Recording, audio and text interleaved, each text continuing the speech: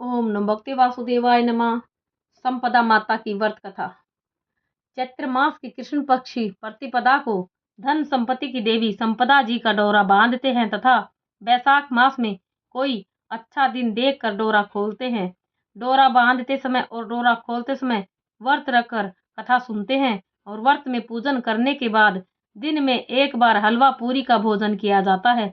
डोरे में 16 तार और 16 गांठ लगाकर हल्दी में रंग लेते हैं। इसकी व्रत कथा। संपदा माता की व्रत कथा।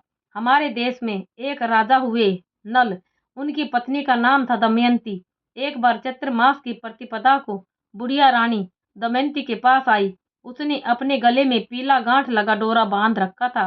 रानी ने उससे डोरे के बारे में पूछा तो वह बोली, यह संपदा माता का डोरा है। इसके पहनने से घर में सुख संपत्ति की वृद्धि होती है। रानी ने भी उसे एक डोरा लेकर अपने गले में बांध लिया। राजा नल ने रानी के गले में बंधे डोरे के विषय में पूछा तो रानी ने बुढ़िया द्वारा बताई गई सारी बातें बता दी। राजा कहने लगा, तुम्हें किस चीज की कमी है जो तुमने डोरा बांधा है? इतना कहकर रानी के मना करने पर भी राजा ने उस डोरे को तोड़कर फेंक दिया। रात्रि में राजा को स्वप्न में एक स्त्री बोली कि मैं जा रही हूँ तथा दूसरी स्त्री बोली कि मैं आ रही हूँ। इस प्रकार 10-12 दिन तक रोज यही स्वप्न आता रहा। वह उदास रहने लगी। रानी के पूछने पर राजा ने रानी को स्वप्न की बात बता दी। रानी ने राजा से दोनों स्त्रियों का नाम पूछने को कहा। राजा द्वारा उनसे पूछने पर पहली स्त्री बोली कि मैं लक्ष्मी हूँ और दूसरे ने अपना नाम दरिद्रता बताया। दूसरे दिन राजा ने देखा कि उसका सब धन समाप्त हो गया है। वे इतने निर्धन हो गए कि उनके पास खाने तक को न रहा। दुखी मन से राजा रानी जंगल में कंदमूल खाकर अपने दिन बिताने लगे।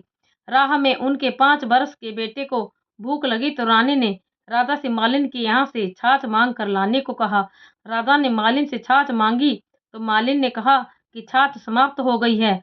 आगे चलने पर एक विषधर ने कुंवर को डस लिया। आगे चलने पर राजा 2 तितर मार लाया। रानी ने तितर भूने तो तितर उड़ गए। राजा स्नान कर धोती सुखा रहा था तो धोती को हवा उड़ा ले गई। तब रानी ने अपनी धोती फाड़ कर राजा को दे दी। वे भूखे प्यासे आगे बढ़े तो मार्ग में राजा के मित्र का घर पड़ा। मित्र ने दोनों को एक कमरे में ठहराया। वहां लोहे के औजार रखे तो वे धरती में समा गए। चोरी का दोष लगने के भय से वे रात में ही वहां से चले गए। आगे चलकर राजा की बहन का घर पड़ा। राजा की बहन ने उन्हें एक पुराने महल में ठहराया। सोने के थाल में उन्हें खाना भेजा तो थाल मिट्टी में बदल गया। राजा बड़ा लज्जित हुआ। थाल को वहीं जमीन में गाड़ कर वहां से भी आगे निकले। आगे चलने पर एक साहूकार का घर आया। साहूकार ने राजा के ठहरने की व्यवस्था पुरानी हवेली में कर दी। वहां पर खूंटी पर एक हीरो का हार टका था। पास ही दीवार पर एक मोर का चित्र बना था। वह मोर हार को निगलने लगा। यह देखकर वे वहां से भी चोरी के डर से चले गए। अब रानी की सलाह पर राजा जंगल में कुटिया बनाकर रहने की सोचने लगा।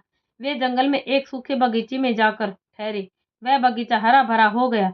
बाग का स्वामी यह देखकर बहुत खुश हुआ। स्वामी ने उनसे पूछा, तुम दोनों कौन हो? राजा बोला, हम यात्री हैं, मजदूरी की खोज में आए हैं। स्वामी ने उन्हें वहां अपने यहाँ नौकर रख लिया।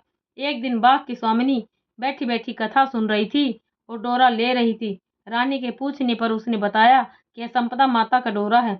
रानी ने भी कथा सुनकर डोरा ले लिया। राजा ने रानी से पूछा, यह कैसा डोरा बांधा है? रानी बोली, यह वही डोरा है जिसे आपने एक बार तोड़कर फेंक दिया था और हमें इतनी विपत्तियां झेलनी पड़ रही हैं।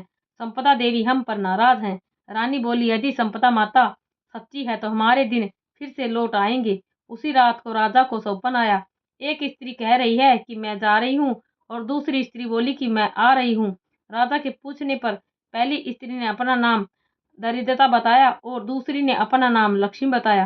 राजा ने लक्ष्मी से पूछा कि अब तो नहीं जाओगी? लक्ष्मी बोली, यदि तुम्हारी पत्नी संपदा का डोरा लेकर कथा सुनती रहेगी तो मैं नहीं जाऊंगी, और यदि तुम डोरा तोड़ दोगे तो मैं चली जाऊंगी। बाग की मालकिन किसी रानी को हार देने जाती थी।